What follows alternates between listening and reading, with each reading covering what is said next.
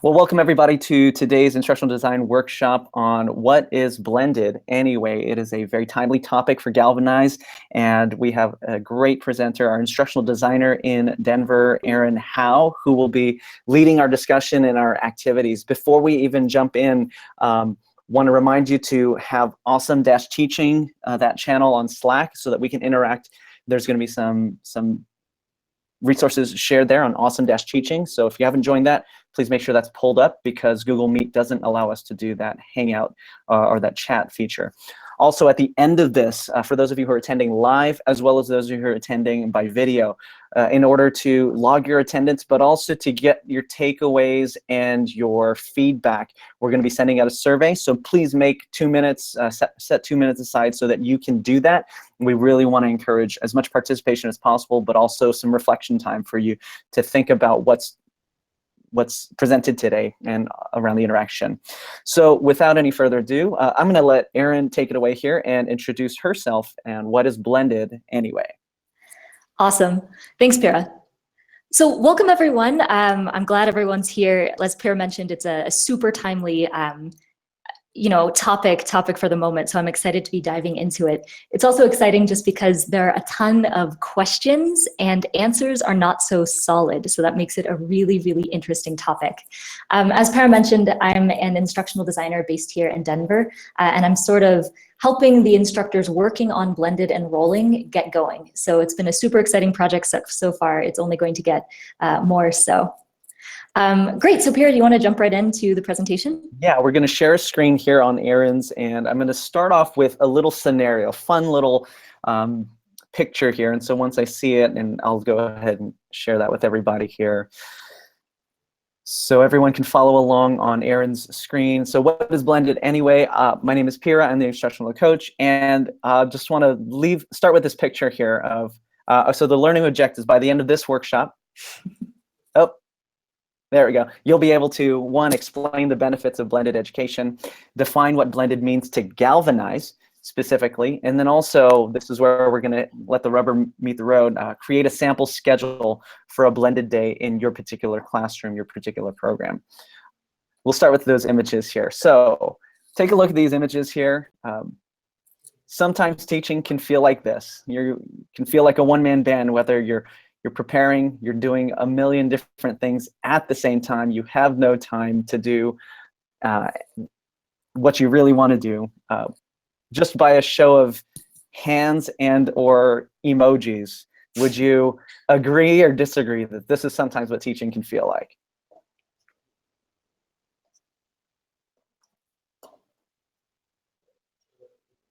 This is a quick little self-report moment here, but if it feels kind of like this and it's overwhelming, I agree. That's what teaching can feel like at times.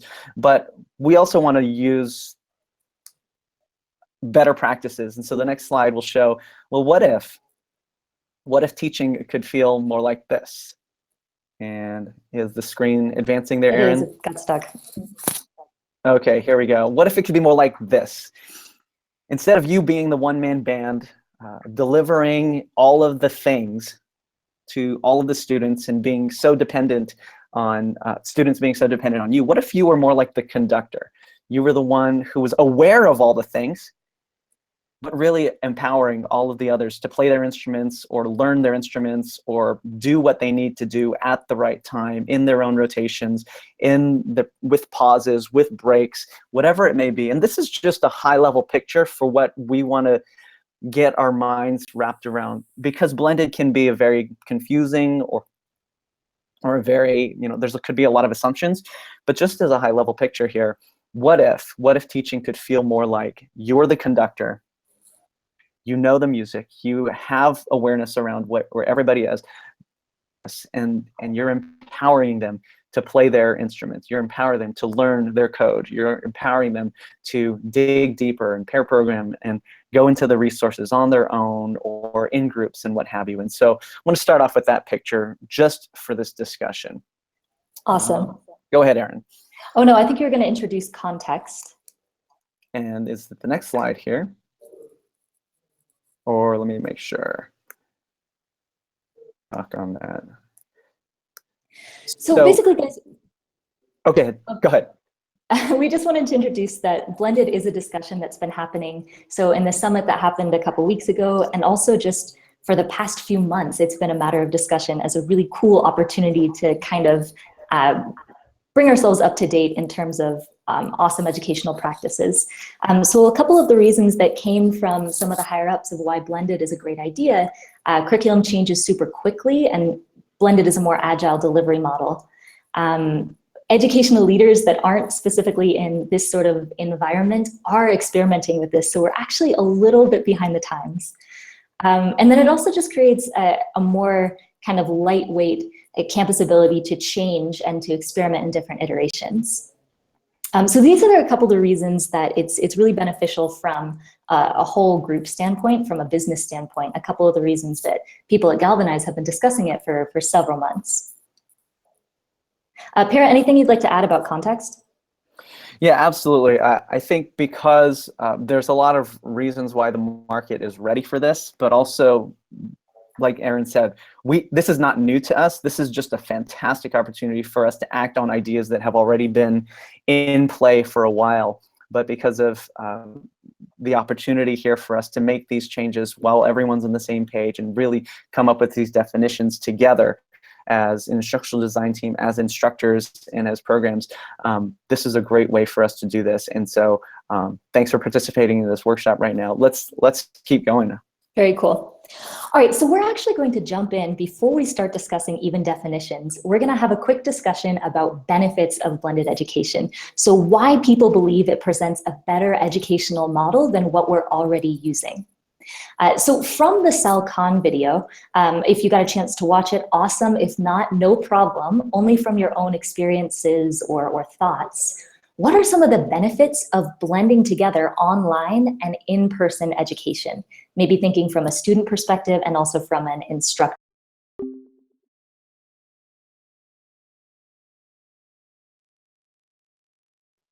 We just lost Erin, so I'm going to wait for her to come back on. But I'll go ahead and share my screen so you can think about the question.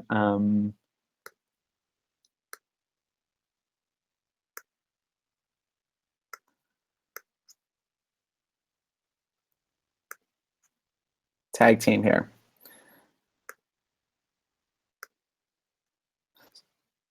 All right, so what are some of the benefits from the student perspective and from the instructor's perspective? Let's go ahead and just take a moment, if you watch the SalCon video, to go ahead and put that in the Slack channel, the Awesome Dash Teaching channel.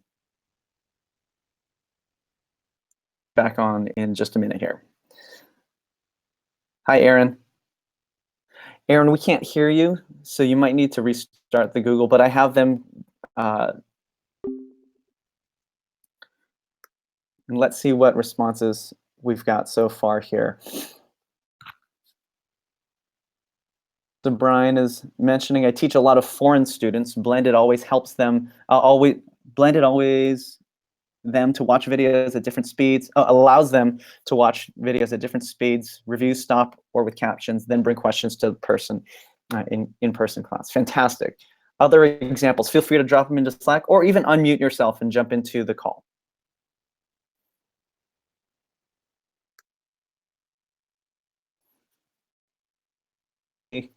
Blended allows instructors to focus on things students need to learn, that is at a creative level, and pass the rote learning. Fantastic.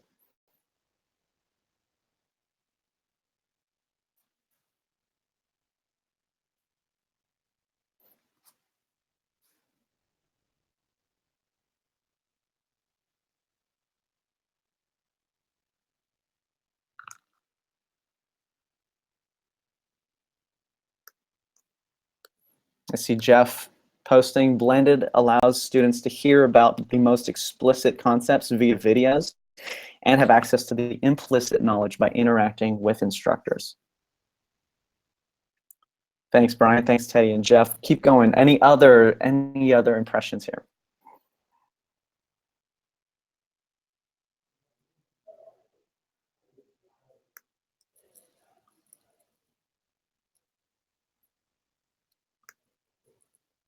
Erin, I think I hear you. Yep, I am back on. Fantastic. We have a Super couple of great responses. responses. Yes.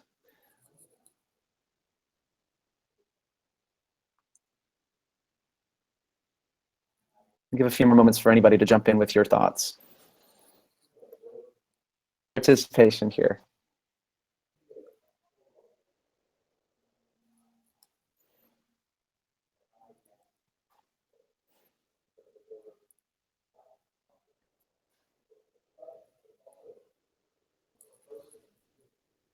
Great. So I see Teddy mentioning students can take their time and learn at their own pace. They'll be more prepared for higher level concepts when they get to them. And then Brian, again, I can assign different video lectures for different student levels, which allows for more personalization than a single in-person lecture. Fantastic. Great advantages, great benefits there. Erin, take it away. Absolutely. So thanks for those responses, guys. Now, quick question. Let's think for a second about possible disadvantages to blended education. So when you think about jumping into this educational model, what are some potential risks or potential drawbacks in having students work part of the time online? So we'll just take a couple quick answers to this. For sure, Brian. It does take a lot of time. Absolutely. Self-management, Katie. So learning how to learn, sort of becoming an autonomous learner, that's absolutely essential for blended learning. It's great because it's something we want to teach anyway, though, right?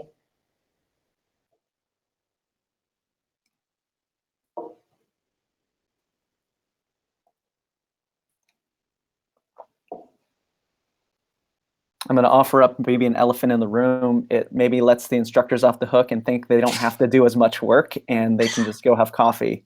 Yeah, students teach themselves, right?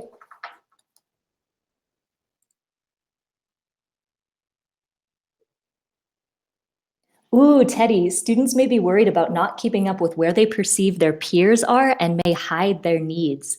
What a perceptive comment, absolutely. And we'll talk a little bit later about how maybe data, the online component, sort of actually takes away that problem because we can see directly where their needs are without them volunteering what they don't know in front of a whole class. I really appreciate Jeff's comment here also, the impression and the prejudice that we're just leaving them and here's the video. What did I pay for? Yes. Like I could have done this on my own, and they're losing value in this absolute area to address. If we don't do it right, that is definitely a drawback. Awesome. Sarah. So I might go ahead and jump ahead, but please keep responding. These are awesome, awesome responses, really great comments. Let's do this way like this. Cool. So we're going to jump into definitions of blended. So these are classic definitions. When people in the educational community say the word blended, oftentimes these are definitions that come to mind. So they're very well respected. They come from, established sources, etc. These are classic definitions. So please take a second to read through these components and be ready to ask any questions you might have about vocabulary or general meaning. You don't need to be experts, just any initial questions. We will be seeing these again.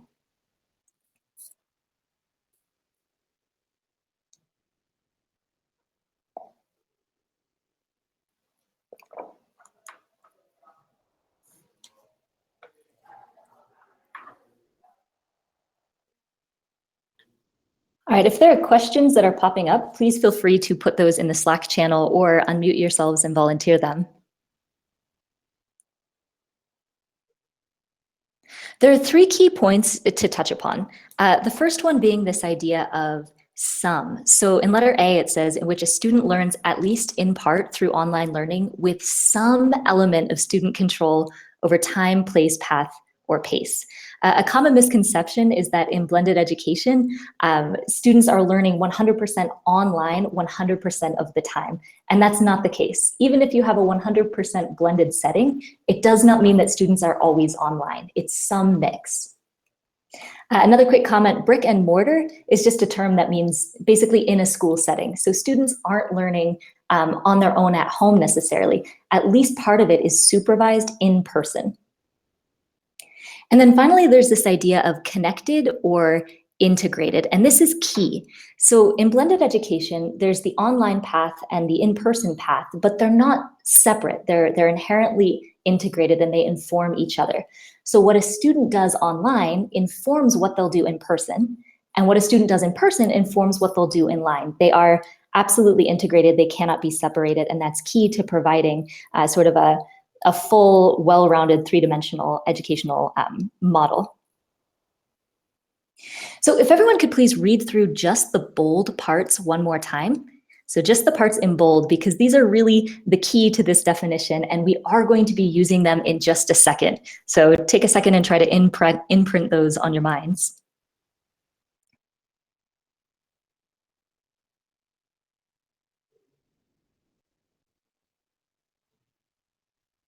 Awesome. So of course, what are definitions without examples? And the most common question I think people get with blended is, okay, that's all fine and good, but what does that look like day to day? So we're going to present two models of what this can look like.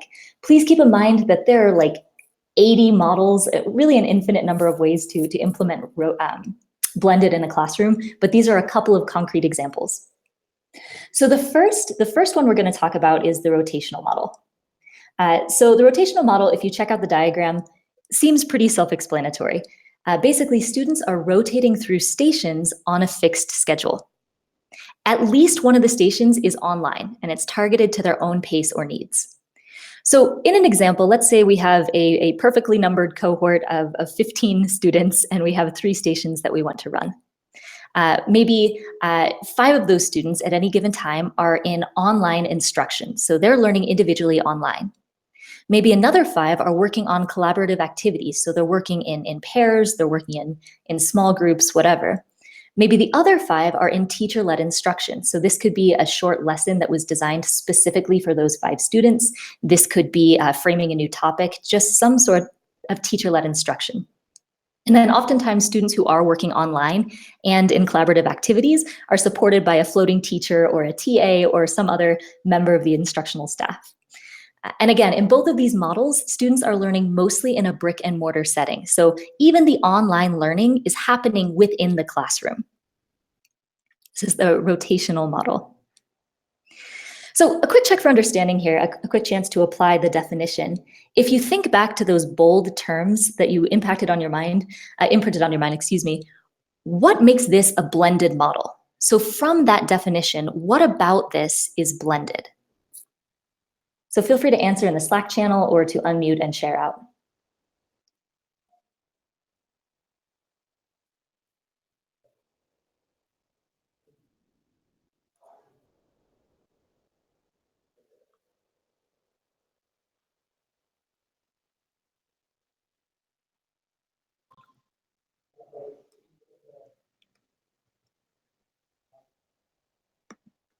Great. I love it when I see several people are typing. Again, if you also want to just open up your, unmute your voice and jump in, you may, so long as we can hear you. Matt Jury coming in with some component is online, some component is in person, plus bricks and mortars. Very nice. Very much right along that definition of blended. Alicia, students are separated into paths that allow finer grained customization to each group needs. Ooh, I like the term finer grained. Ooh, I like the. Some clicks, some bricks. Oh, that's sticky, Brian. That's good. That's awesome, Brian. You've done it. Join the marketing team. Some clicks, some bricks. Each activity supports the other activity. Fantastic. Definitely connected. Absolutely. Great, Katie.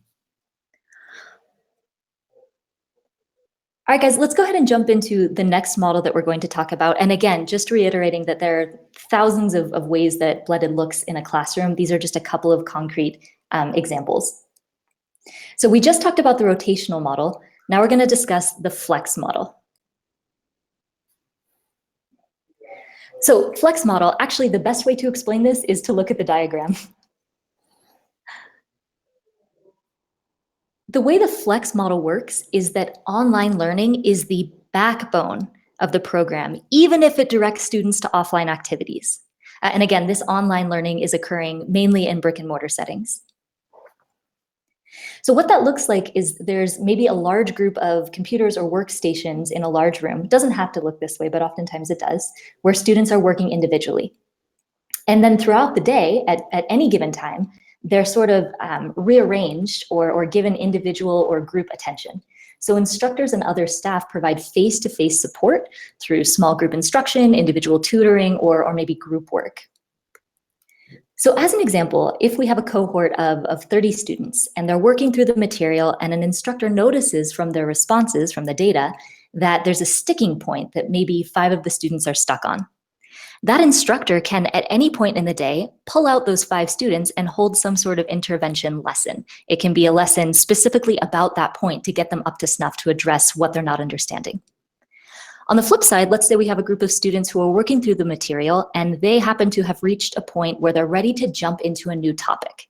Rather than waiting for the rest of the class, if an instructor notices that they're at that point or can see that they're getting there, they can pull that group out and teach maybe an intro lesson to that subject or use that time to frame the topic, which can be really beneficial, right, when students are just jumping into a new topic. Maybe a couple students are working through the curriculum and they hit a point where they're supposed to do group work.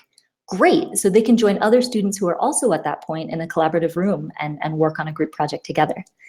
Meanwhile, there's always individual support through one-on-ones. If there's another paraprofessional or TA in the room or another instructor, they can be individually going around and unsticking students from where they can tell from the data that they might be stuck in the content.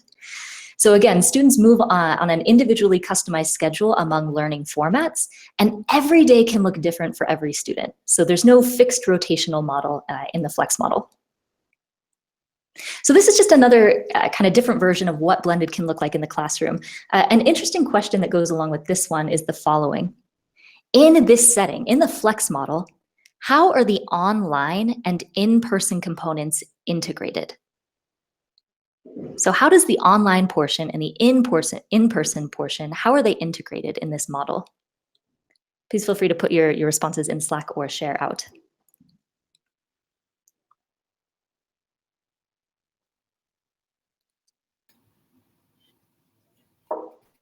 There's a physical co-location. Oh, cool, for sure. Yeah, even just sharing the same space, absolutely.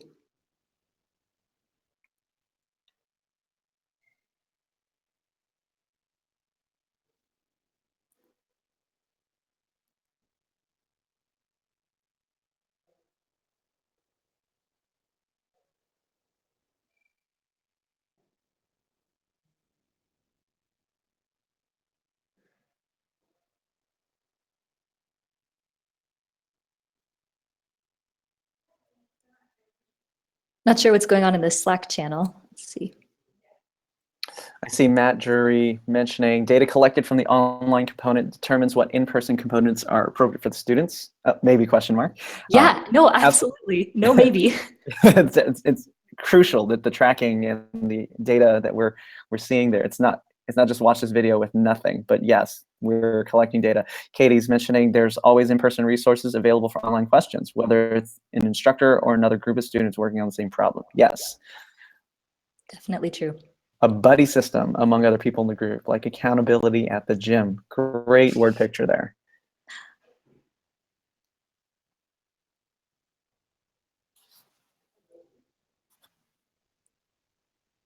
All right, very cool. So we're going to want to continue thinking about the integration of online and in-person. And a quick thing I'd like to clear up, blended isn't always where students are watching videos. The online component is not always watching videos, right? It's not just watching tutorials. It can be working through problems. It can be reading articles. There's really no limit to the number of resources you can use to teach students on the online setting. It doesn't have to be instructors creating time-intensive videos. So just a quick comment there. All right, so now we get to jump into the blended model at Galvanize. So what this looks like. Please take a second and read through these components and focus on the following questions. The first one being, what looks consistent with the original definitions that we saw? So what looks familiar? The second question being, what's been added that gives kind of a galvanize-y feel?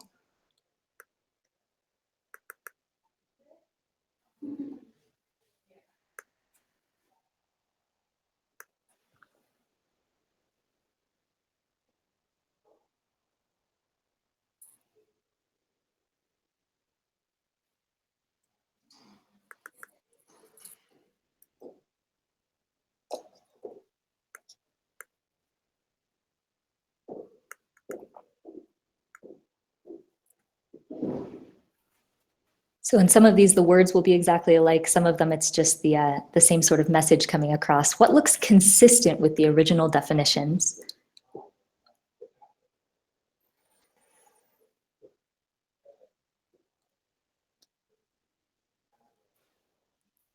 Any answers going through in the Slack channel?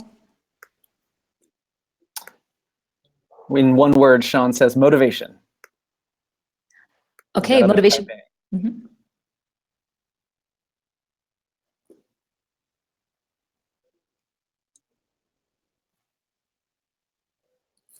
Rush says it all looks pretty consistent. Many others are typing here. Good. Let's keep it coming. Awesome. Alicia said, creating a sense of community and shared experience, which Claire totally pluses ones. Plus ones? Pluses one? I don't know how you would say that. Community, absolutely.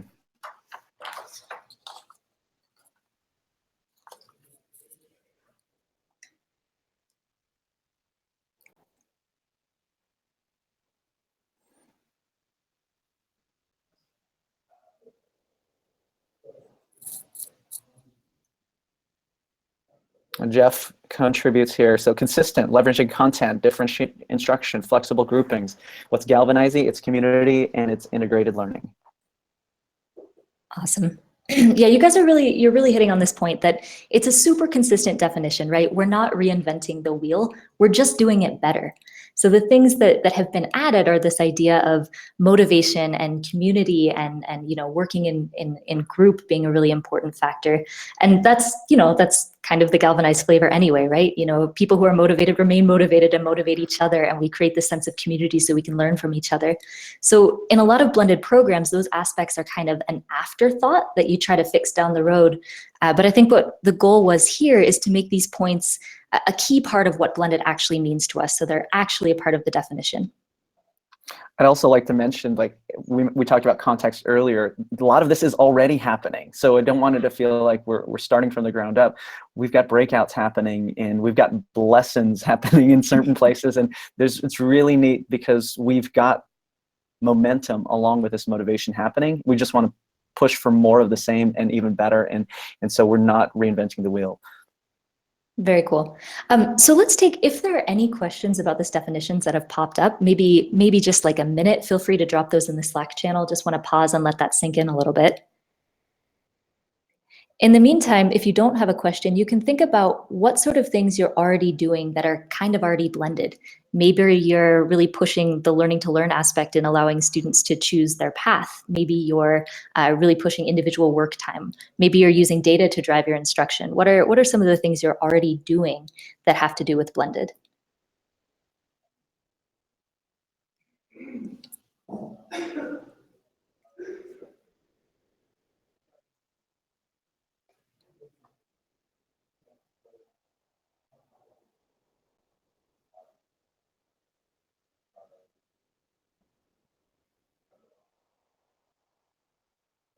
All right, great. So if there are no questions about that definition right now, we're going to move on to a role play. So the way this works, obviously it's very important to have instructors and executives and community members on the same page about what blended is. But in the end, really the most essential buy-in to get is from students, and that can sometimes be super challenging. Maybe you can silently raise your hands if you've ever had a student say something like, you're supposed to be teaching me, and peer's favorite, this isn't what I paid for. If you haven't heard that yet, at some point you probably will. So this will be a beneficial exercise anyway. But anyway, the situation is you're an instructor and you have to explain to a student who is quite possibly just hyper emotional about what blended learning is at Galvanize and why we do it. So using that definition we just discussed from Galvanize and the benefits of blended that we discussed earlier, you're going to frame to a student what blended is at Galvanize and why we do it. So take a minute to formulate your response. Feel free to drop it in the Slack channel. Then we're going to ask for volunteers to be hyper-emotional students and calm, collected instructors. I noticed that in addition to instructors, there are also PDs and student success managers in here too. And frame it from your perspective as well, because I think it would be just as valuable of an exercise. Since you are also interacting with students, how would you explain this to students? Absolutely, good point.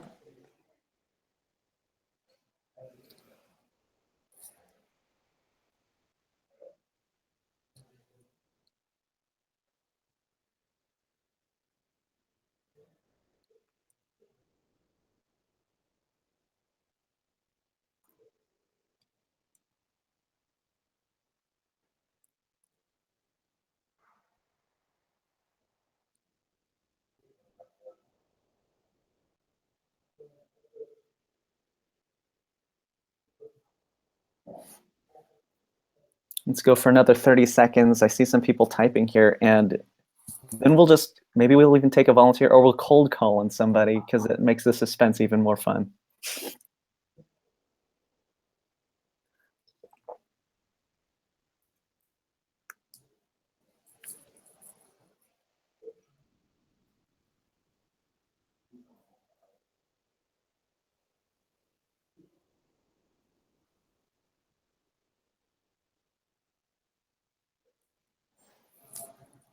Okay. I see in the Slack channel, Rush offered blended learning as an opportunity for you to develop your autonomous learning skills, which are the most important skills for long-term success in data science and web development. I see Jeff still typing a couple thoughts here. Erin, do you want to call on somebody, a couple of volunteers to role play here? For sure. Do I have any volunteers right off the bat?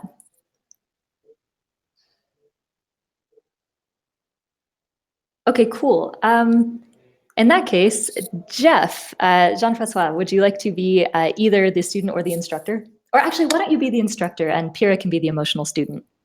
Okay. I'm good at that. So what I was saying is, don't freak out, Pierre. We are actually trying to get you both in control and fully supported of your learning experience. So the idea is that we are giving you all the tools and all the content so that you can pick topics on which you will be weaker and topics on which you will be stronger. So you will have control over that. But also in the same times, we want to give you full supports targeted specifically on those topics. So we can achieve to level you up in maybe a more efficient and a more faster pace. Yeah, convinced. Let me put some more emotion into this. I didn't even pour out my heart here. So I paid $21,000 for this program, and it felt to me like I was just going to learn from Sal Khan or from Code Academy and all these things. So what's the value of doing this? And Jeff already gave an answer. Erin, call in somebody else. Okay, how am I about paying for? Tara? I just saw your name pop up.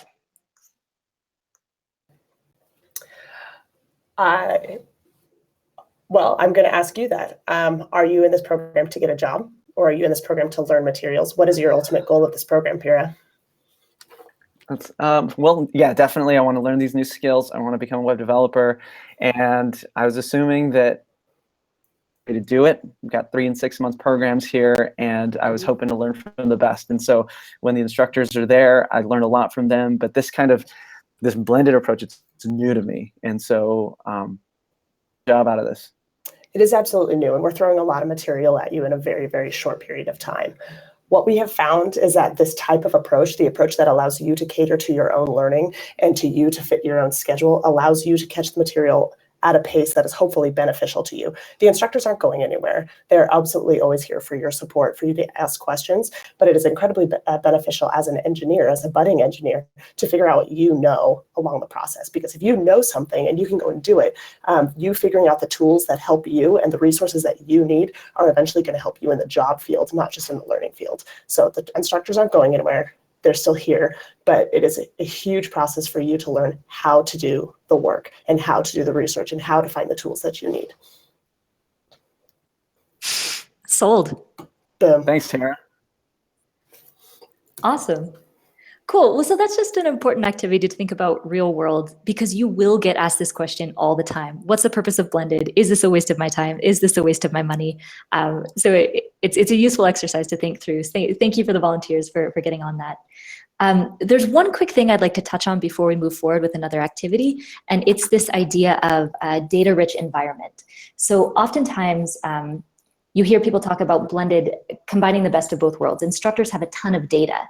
One thing that hasn't come through, I think, in this presentation yet is, where does that data come from? Like, how do instructors know where students are getting stuck? And a lot of that comes from that online component. If you watch that SalCon video, it does a great job of outlining how this works. But if you have little assessments for standards along the way, you can see what problems students are getting stuck on, right? And you can find trends. You can see which ones they're jumping ahead on. So that's where that data comes from. That's how you can tell what you're going to do in person for individual students.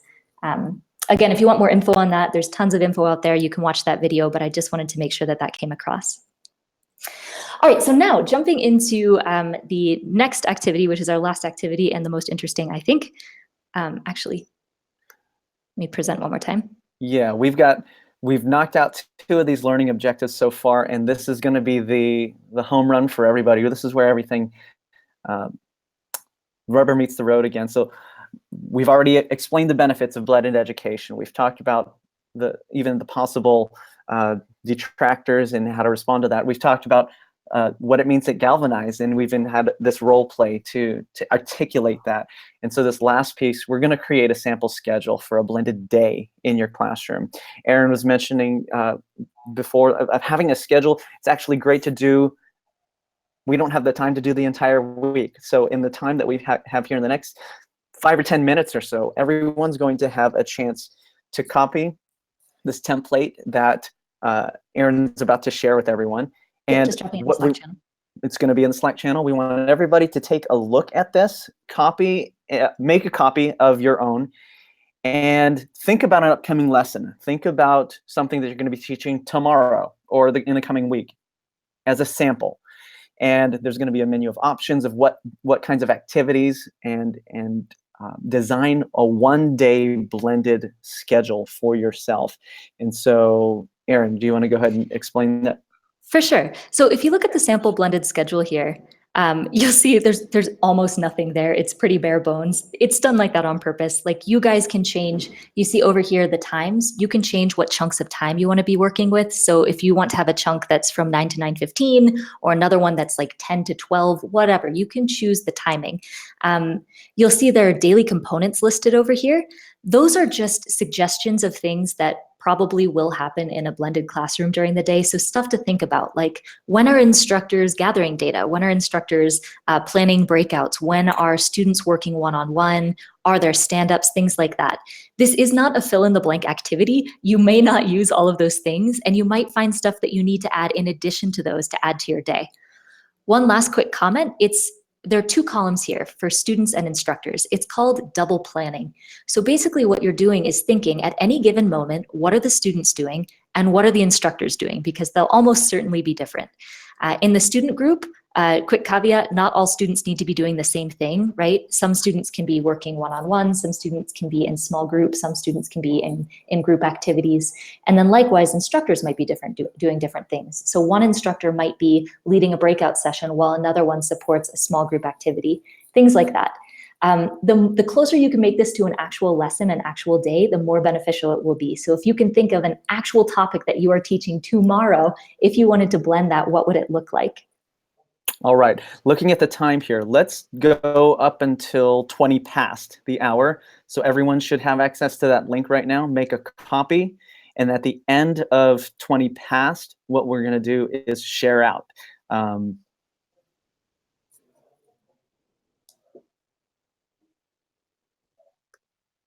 Oh, sorry, Erin, does that sound like a plan? Oh yeah, that sounds like a great plan. Yep. Fantastic. Okay, so everyone is working independently right now. Your template of a day. If you've got questions, please feel free to speak up or drop them in the Slack channel.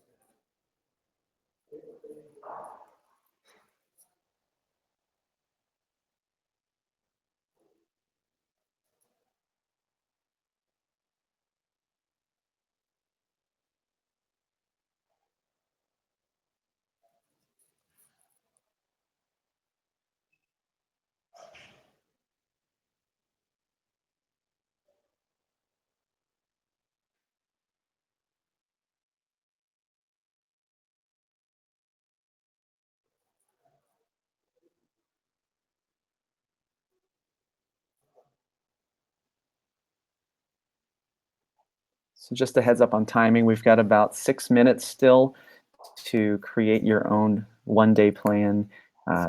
Jeff, Erin has given you that access to that doc. And if you want to share the link to your own in Slack afterwards to share out, I think we'll do that. And we'll also love to see some samples.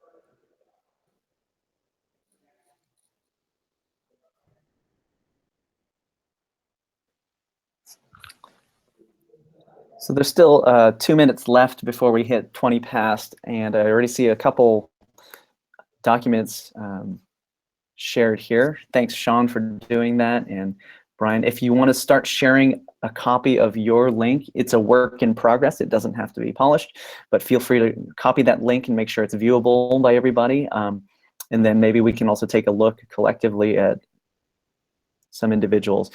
If you, actually, let's put it this way, if you need more time, let me know right now.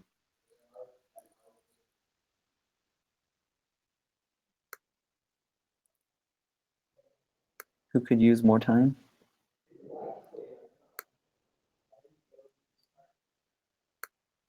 This is the total self-report question here.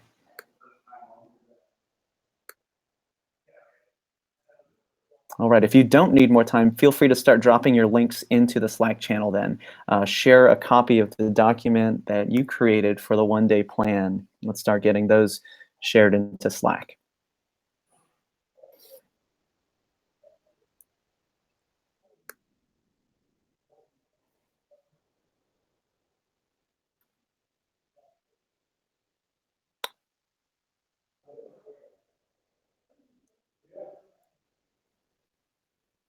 This is my way of checking for understanding and collecting data. And if I don't see any links in addition to Sean's, I'm going to assume, or that will be data that maybe they were not done. Guys, please double check your permissions when you submit those links. That's true.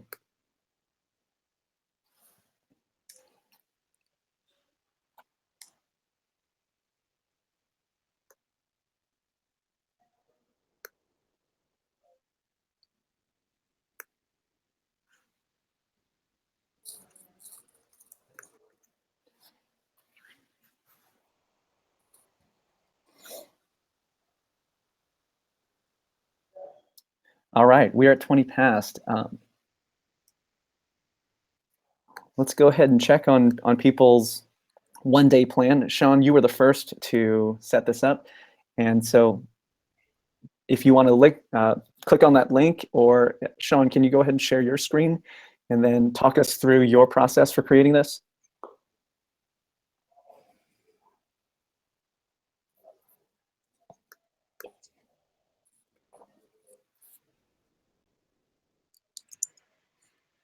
Hey everyone, how does this look? Can you hear me? Yeah. Okay. First of all, hello. I'm relatively new, so it's nice to have a chance to work with all of you today. I was thinking small group lesson was sort of what we do for warm-ups.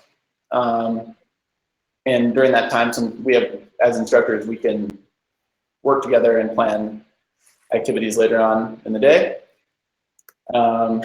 I thought that during stand-ups,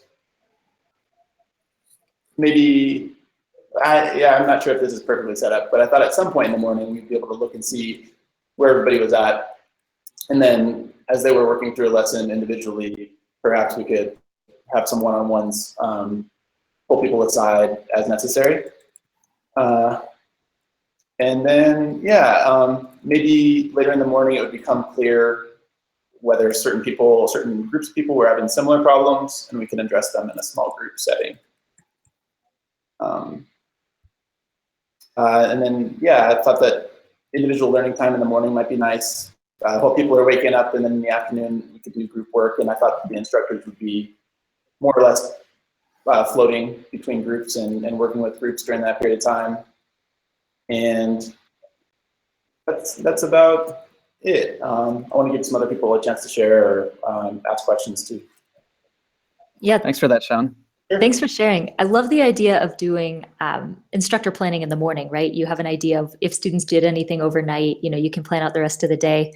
One thing you might consider is so for stand-ups, maybe that would be a whole group activity, but then there's an individual activity after that where students plan. So everybody's together for stand-ups. That's like a whole group bonding moment. And then maybe they're working on an additional warm-up or a sort of a small intro activity where students or instructors can spend that time planning out who needs help for the rest of the day. Totally. Just the process of going through this, though, with the different swim lanes for students and instructors was helpful. So thank you. Awesome. Thank you so much for volunteering that. This is kind of us modeling in a short, small way of what it can be like to give that practice. Alicia, can you go ahead and share your screen? I see yours in there, and talk us through your sample of the day. Just a second here. Let me get ready to show. I think I already closed it, which is a problem. I'm an obsessive tab closer. It's a good discipline to have.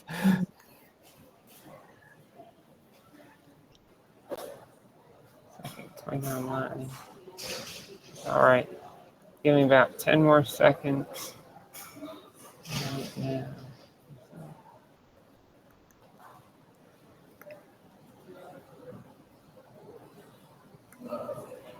Okay, can everyone see my my spreadsheet? Yes. Okay, cool. So in the morning, 10 minutes or fewer stand-ups. That could be a group activity, but Basically, I want to run the end-of-day reflections for the groups individually, for students, and for instructors at the end, so they could be ready for the next morning. And then, like, maybe 9 to 11, they could, be punching away on whatever they're learning online. Maybe they also want to do some individual work at the same time if they're fast. And then at the same time, instructors can plan the breakouts. And a lot of this depends on all the stuff that happens at the end of the day, looking through the next day. And then from 11 to noon, some whole group meetings and instructions. And then people go to lunch. I see that in this model as being the lowest priority, so I put it right before lunch. And then because the instructor's planning the breakouts, then target some small group instructions for the struggling, and then some small group lessons for them. And those could be for multiple sessions with multiple instructions. I really like the paired programming. I see a DSI program, so I gave them 2 hours for that. And then I'm not sure the difference between paired and group work. I mean, group work sounds like anarchy to me. I prefer to see pairing or trio if you have an odd number. So that's what I see. Then instructors track student data at the end of the day, and that should just take a few minutes if you're doing it each day, getting some reliable metrics from learn. So there's my idea. Awesome. I like that you thought through priorities of the day and putting the lowest priority right before lunch. That's a very practical way to think about it. Quick question, what will instructors be doing from 1400 to 1600 during the paired activity and from 1600 to 1640 doing group work? I don't know. I'll put in floating around. So there'll be plenty of questions that students have during that time about what they should be doing. So I'd say that would be the key opportunity for one-on-one or two-on-one help with students. Reinforcement. Okay, yeah, absolutely. Floating around being a great way to be visible and also collect data on how students are doing. Cool, thanks for sharing. Sure. Well, with an eye on the clock here, we've got 4 minutes to wrap it up here. Erin, I know we have a couple of extension slides here. Yeah. And there's also a survey, so go for it. Okay, I just want to present something, and I'll go ahead and Slack this out to the group. Great work on making those schedules. I know it was a very quick activity. I just want to leave you with a model of what this can look like. This is not by any means the be-all, end-all perfect model. There are a million ways to do it. But just to get you thinking about the level of detail that can go into planning a day. This is just a quick note to leave you with. And again, I'll put this in the Slack channel so you can study it, but just another example for you.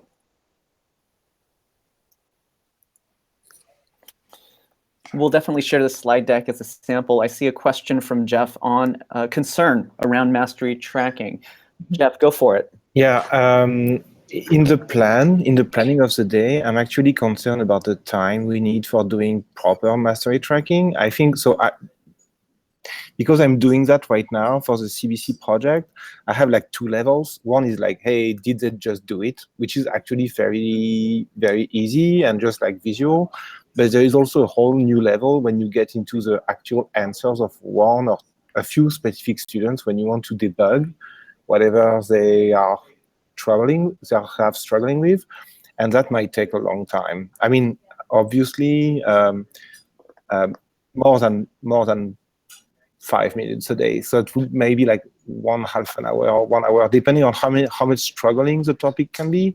And I'm guessing if we go on blended, we would actually focus more on the problems than on the just metrics. So my guess is we should try to dedicate a significant amount of time to do that. And not just like obtaining the metrics, but actually debugging whatever is happening in the brain of students. Yeah, this is an awesome point. And just to touch on it really quickly, it is definitely opening up a new conversation that's important to have. One of the great things about Blended is the time that instructors spend with students should be doing just that. It should be working with individual students, debugging and working as mentors. So the idea is the online component removes a lot of that time crunch that goes on the instructor during the day of giving information, and it's even collecting a lot of data on its own so that instructors are spending a ton of time working with students, debugging. Anyway, sorry to cut off that conversation, Jeff. I want to keep talking about it, but just to wrap up here, I'd like to thank everybody Pear and I are so happy that everyone's here. This is just meant to be a brief intro to Blended. I'm sure that there are tons of questions, and if you're coming out of this with more questions than answers, that's not necessarily a bad thing. Hopefully we're just on the same page now for the general direction we're headed, and it can open up further conversation down the road. Hey, let's all thank Erin for planning this out and guiding this discussion today. Erin, you are awesome. Thank you for bringing that out. We're going to drop some of those extension exercises into the Slack channel as well. We want you to fill out the rest of your week. We only did one day together. I've also dropped in the attendance and feedback survey, so make sure you do that. We had over 17 people on this call here, so please make sure that we get your feedback, your takeaways. We want to hear from you so we can continue to plan more of these. Coming up in the future weeks, we can have a few more workshops, so be on the lookout for those invitations. We want to continue building this and encouraging it out. So feel free to keep the conversation going on Awesome-Teaching. We're at 30 past, so we're going to wrap it up here. Thanks everybody who participated live, as well as those of you online. We'll see you next time. Take care. Thanks, everyone. Thanks, everyone.